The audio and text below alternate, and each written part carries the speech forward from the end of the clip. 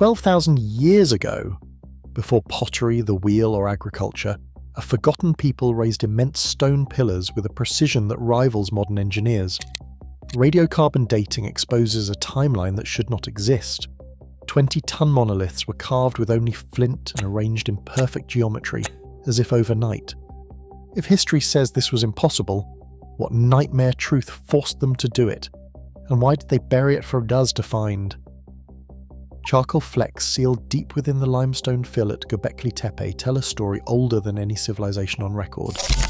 In laboratory after laboratory, radiocarbon readings from Layer 3, the deepest, most ancient stratum, return the same verdict.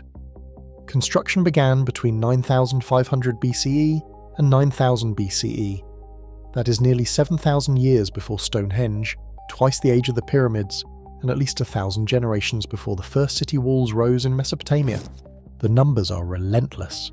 A wall plaster sample from Enclosure D, dated to just under 10,000 BCE, matches the age of adjacent charcoal fragments. The data holds up under scrutiny, confirmed by independent teams across Europe and the Middle East. Yet the textbooks insist that in this era, humanity was still wandering in small bands, living off wild gazelle and roots, with no permanent settlements, no pottery, no domesticated animals, and certainly no monumental architecture. The evidence from Göbekli Tepe does not just nudge the timeline, it shatters it. The site stands alone, a 12,000-year-old outlier that fits nowhere in the established chronology of human progress. When Klaus Schmidt first walked the barren mound in 1994, he recognized the T-shaped pillars half buried in the soil as something far more ancient than grave markers. Excavations revealed over 200 pillars in more than 20 circular enclosures, some spanning 30 meters across, each anchored by twin monoliths more than 3 men tall. Every test, every analysis, every sample drove the date further into the past. No gradual build-up, no smaller, cruder prototypes, just perfection from the very first stones. For the builders of Göbekli Tepe, the Neolithic revolution had not yet begun. There are no traces of wheat, barley, or domesticated sheep. Only wild animal bones scattered among the rubble testify to feasts held on the edge of the last ice age.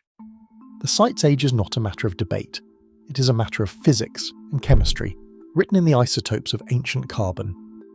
The real mystery is how such a feat was possible, and what nightmare drove its creators to carve a message for the distant future in stone meant to last forever. Thousands of flint blades, chipped and discarded, litter the ground where the builders worked. Each one is a relic of the only toolkit available. No copper, no bronze, not even a hint of iron. Yet these crude edges-shaped limestone pillars towering over 5 meters high, some weighing as much as 20 tons.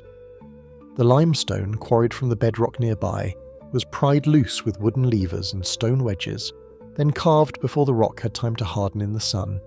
Every groove, every relief of snarling predator or abstract symbol, cuts with a precision that defies the tools left behind. Moving the pillars presented an even greater challenge. No wheels, no pack animals, no pulleys, just human muscle and determination. Experimental archaeology teams have tried to replicate the feat, dragging similar stones across rough ground with ropes and sledges. Even with modern planning, it takes a coordinated crew of hundreds to budge a single monolith. The logistics are staggering, organising labour, feeding workers, and synchronising their efforts, all without the support of settled agriculture. It is the equivalent of building a jet engine using nothing but stone knives and raw willpower. Modern structures built with steel and concrete are engineered for a century of use at best. Maintenance is constant, collapse is inevitable. But the pillars of Göbekli Tepe have endured for 12,000 years, exposed to wind and rain, then entombed in earth. The joints between stones fit so tightly that even today the gaps measure in millimeters. There is no mortar holding them in place, only the weight of stone and an understanding of the forces at play, an understanding that appears out of nowhere, with no smaller, simpler prototypes anywhere in the archaeological record. In 2020, a team of researchers applied spatial algorithms to the site's oldest enclosures. Their analysis revealed something that should have been impossible for the era. The center points of 3 ancient circles, enclosures A, B, and D, form a near-perfect equilateral triangle. each side measuring between 5.5 and 6 meters. The precision is uncanny, with errors of just a few centimeters. This level of geometry and planning predates the formal study of mathematics by nearly 9,000 years. There are no signs of trial and error, no rough drafts, only finished forms executed with a confidence that suggests inherited knowledge now lost. The paradox deepens. How could a society with only flint blades and no permanent settlements achieve a feat of engineering and geometry that would challenge even a modern surveyor? The evidence at Göbekli Tepe raises questions that ripple backward through everything we thought we knew about the dawn of civilization. The site stands not as a monument to progress, but as a riddle, one that refuses to fit the story written in our textbooks. On the southern edge of Enclosure D stands a pillar unlike any other, Pillar 43, known as the Vulture Stone. Its face is crowded with carvings that crawl across the limestone, vultures looming over headless human forms, scorpions with outstretched claws, serpents winding between the feet of animals. Some see a warning, carved in code, a record of disaster. Advocates of the comet impact theory point to the arrangement of animals and abstract shapes, arguing that they map the sky as it appeared around 10,900 BCE, the very moment the Younger Dryas began, when a sudden freeze gripped the world. To them, the headless figure beneath the vulture is not a soul in transit, but a casualty of cosmic violence, the survivor of a night when fire rained from above and the old world ended in ice. The stone is not the only messenger of dread. Scattered among the fill are fragments of human skulls bearing deep, deliberate grooves. Micro-CT scans reveal that these incisions were cut with flint blades, each groove running from the brow to the back of the head as if to anchor a cord. One skull carries a drilled hole, perfectly placed for suspension. The evidence is unmistakable. These were not random marks of violence, but careful modifications.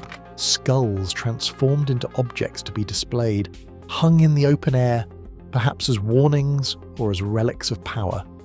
Archaeologists call it a skull cult, but the true purpose is lost in parlance. The carvings and the bones together suggest a society haunted by catastrophe, obsessed with death and memory. The combination of cosmic imagery and ritualized human remains hints at a message meant to outlast the builders themselves, a warning sealed in stone and bone, waiting for someone to finally understand why the site had to be hidden. Sometime after 8000 BCE, the builders of Göbekli Tepe performed an act that defies every pattern known from ancient sites.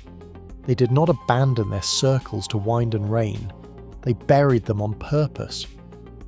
Archaeologists peeling back the layers found not the slow drift of centuries, but a sudden avalanche of stone and bone. Each enclosure was packed tight with hundreds of cubic meters of limestone rubble, animal bones, broken flint tools, and the remains of wild feasts. The fill is unmistakable.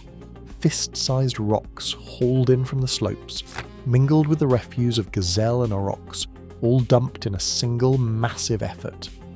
Stratigraphy maps the process in fine detail. There is no sign of natural collapse, no gradual silting from the elements. The backfill rises in sharp, deliberate layers, sealing carvings and pillars as if locking away a secret. In some enclosures, the volume of fill reaches well over 200 cubic meters, enough to bury a small house in a single sweep. Calculations suggest a workforce of hundreds, working in concert for weeks or months, shoveling and hauling without the help of wheels or beasts of burden. The refuse is not random.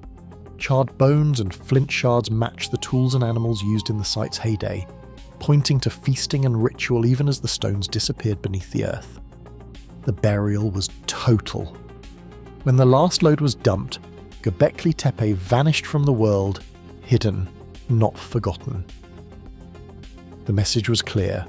Whatever knowledge, warning, or memory the site held, it was meant to sleep in darkness, waiting for a future that would one day dig it up and ask why. Today, Göbekli Tepe stands as a question mark carved in stone. Its impossible precision and dark warnings defy every textbook timeline. As new sites emerge and old beliefs fracture, one fact remains. Our origins are stranger and more unsettled than we dare admit. What do you think?